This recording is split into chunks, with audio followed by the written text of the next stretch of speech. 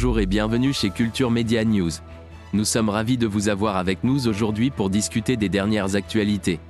Le procès en appel de l'ancien président du Suriname Desi Bouterse pour l'exécution extrajudiciaire de 15 opposants politiques en 1982 a commencé cette semaine.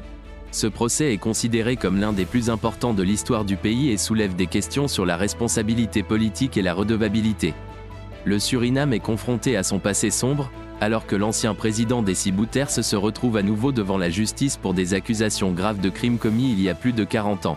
En 2019, Bouterse a été reconnu coupable d'avoir ordonné l'exécution extrajudiciaire de 15 opposants politiques en 1982, et les procureurs du Suriname ont maintenant demandé en appel à la Haute Cour de justice de confirmer une peine de 20 ans de prison pour l'ancien président.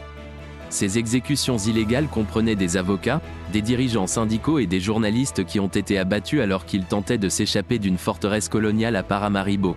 Bouterse, qui a dirigé le pays en tant que chef d'un gouvernement militaire dans les années 1980, a nié toute implication dans les exécutions et a fait appel de la décision de 2019. L'audience en appel pour l'ancien président est en cours et devrait durer jusqu'à la fin du mois de mars. Si la peine est confirmée, Bouterse purgera une peine de 20 ans de prison pour son rôle dans les exécutions illégales de 1982. Ce procès envoie un message clair sur la détermination du Suriname à poursuivre les responsables de crimes graves, peu importe leur statut politique ou leur rôle dans l'histoire récente du pays.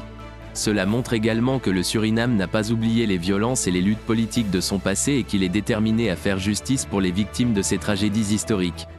Le procès en appel de Desi Bouterse marque un moment important pour le Suriname, qui est en train de faire face à son passé douloureux et de rechercher justice pour les victimes de crimes graves. Cependant, le fait que l'ancien président soit à nouveau devant la justice soulève également des questions sur la responsabilité politique et la redevabilité dans les affaires publiques. Pour rappel, Bouterse a dirigé le Suriname en tant que chef d'un gouvernement militaire dans les années 1980 et a été élu président en 2010.